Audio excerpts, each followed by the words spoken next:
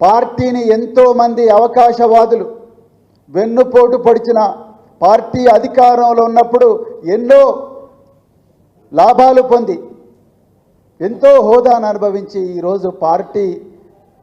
ప్రతిపక్షంలోకి రాగానే పార్టీని వదిలిపెట్టిన వాళ్ళు వదిలిపెట్టిపోతే, కానీ ఆనాడు కేసీఆర్ గారు చేసిన త్యాగాన్ని గుండెల్లో దాచుకొని వారు ఏ కలల కోసం పోరాడినరో ఆ కలలన్నింటినీ కూడా మరీ గుర్తు చేసుకొని ఎన్ని కష్టాలున్నా, ఎన్ని అక్రమ కేసులున్నా, ఎన్ని మరి వేధింపులు ఉన్నా, ఎన్ని ఈసడింపులు ఉన్నా కూడా ఆ గులాబీ జెండాను తమ భుజాల మీద మోస్తూ మరి కేసీఆర్ గారి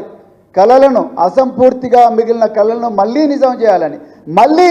బీఆర్ఎస్ పార్టీ సంపూర్ణ మెజారిటీతో 2028లో అధికారంలోకి రావాలని